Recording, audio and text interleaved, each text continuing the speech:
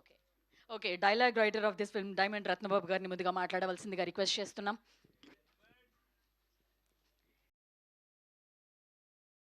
అందరికీ నమస్కారం అండి. మీడియా మిత్రులకి, ఇక్కడ విచ్చేసిన పెద్దలకి అందరికీ నమస్కారం. మిస్టర్ మిడిల్ క్లాస్, ఇది మన ఇండియాలో 130 కోట్ల మంది ఉంటే ఒక సుమారు ఒక 100 కోట్ల మంది బయోపిక్ లాంటిది ఇది ఈ సినిమా. ఈ సినిమాలో చూస్తున్నంతసేపు మనకి ప్రతి ఒక్కరూ ఈ శ్రీకాంత్ గారి క్యారెక్టర్ని వాళ్ళలో వాళ్ళు చూసుకుంటారు. అలాంటి బయోపిక్.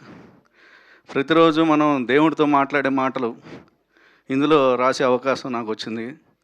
నిజంగా మనకి దేవుడు వచ్చి కలిసి మాట్లాడే అవకాశం వస్తే ఎలాంటి మాటలు ఉంటాయో అలాంటి మాటలు రాసే అవకాశం ఈ సినిమా ద్వారా లభించినందుకు వెంకటేశ్వర స్వామి ఆశీస్సులు ఉన్నాయని అనిపిస్తూ ఉంటుంది. అలాగే ఈ సినిమా టెక్నీషియన్స్ గురించి చెప్పాలంటే సాయి కార్తిక్ గారు తన పని తను చేసుకుంటూ వండర్ఫుల్గా మ్యూజిక్ తోటి సినిమాని ఎంతవరకు నిలబెట్టాలో అంత నిలబెట్టగలిగే ఒక మంచి టెక్నీషియన్. మన డిఓపి గారు గరుడు వేగ అంజి ఈ సినిమాకి ఒక కెమెరాగా కాకుండా దాంతోపాటు ఒక టెక్నీషియన్గా, ఒక కుటుంబ సభ్యుడిగా, ఒక మెయిన్ పిల్లర్గా ఈ సినిమాకి వర్క్ చేశారు మన డిఓపి గారు. అలాగే మన ఎడిటర్ కానీ మిగతా టెక్నీషియన్ అందరూ కానీ వండర్ఫుల్గా వర్క్ చేశారు. బేసిక్గా మన డైరెక్టర్ గారు జి నాగేశ్వరరెడ్డి గారు నాకు రచయితగా అవకాశాల కోసం తిరుగుతున్నప్పుడు ఒక సీమాశాస్త్రి అనే సినిమా ద్వారా ఒక రచనా సహకారం అనే కార్డు నేను స్క్రీన్ మీద చూసుకోవడానికి కారణమయ్యారు మన జి నాగేశ్వరరెడ్డి గారు. నా ఫస్ట్ సినిమా. అలాగే ఒక యాదృచ్ఛికం అవ్వచ్చు, నన్ను మాటల రచయితగా పరిచయం చేసిన కృష్ణారెడ్డి గారు, అచ్చిరెడ్డి గారు ఇక్కడే ఉండటం నా చాలా వాళ్ళ అందరి మధ్యలో నేను ఉండటం సంతోషంగా ఉంది. ఇక మన నటీనటుల గురించి వస్తే శ్రీకాంత్ గారు ఒక సీనియర్ ఆర్టిస్టు అన్న గర్వం కానీ పొగరు కానీ అలాంటివి ఏమీ లేని ఒక అద్భుతమైన వ్యక్తి. ఆయన ప్రోగ్రాం చెప్తే 6 గంటలంటే 6 గంటలు 1 నిమిషానికి కూడా రారు, 6 గంటలు కరెక్ట్గా వస్తారు.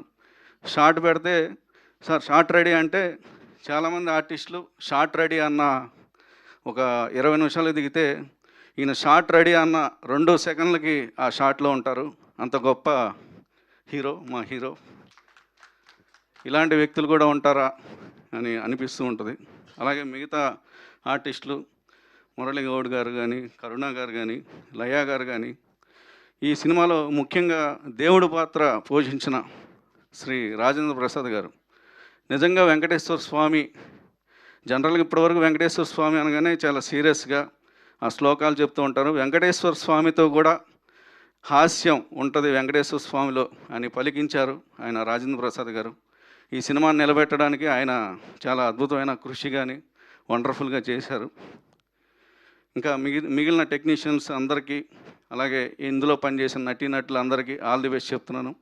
ఈ సినిమా ఎప్పుడు వస్తే అప్పుడు మనం ఒక అద్భుతమైన సినిమా, మన బయోపిక్ అనుకున్న సినిమాని మనం చూడబోతున్నాం.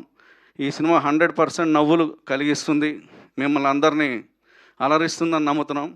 లాస్ట్ అండ్ ఫైనల్ మా ప్రొడ్యూసర్స్ వాళ్ళు జీకే అండ్ సిఎన్ అని పెట్టారు. మరి కోడ్ లాంగ్వేజ్ ఎందుకు పెట్టారు అనేది తర్వాత ఎవరన్నా చెప్తారేమో చూద్దాం.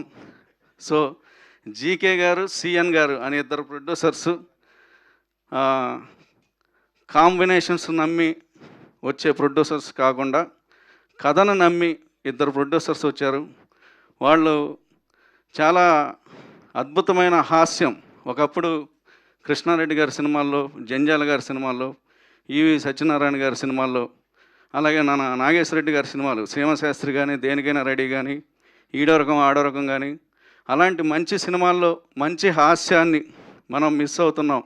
ఆ మంచి హాస్యాన్ని మళ్ళీ మనం తిరిగి ప్రేక్షకులకు అందించాలని ఇద్దరు ప్రొడ్యూసర్లు వచ్చి ఈ కథను సెలెక్ట్ చేసుకుని ఈ కథకి ఎంత ఖర్చో అంత ఖర్చు పెట్టి మమ్మల్ని అందరినీ ఎంకరేజ్ చేసిన ఇద్దరు ప్రొడ్యూసర్లకి మంచి జరగాలి.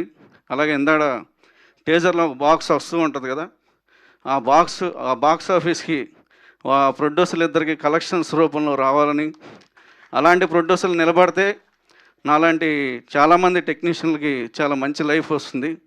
సో అదే బ్యానర్లో నేను నెక్స్ట్ డైరెక్షన్ చేయబోతున్నాను.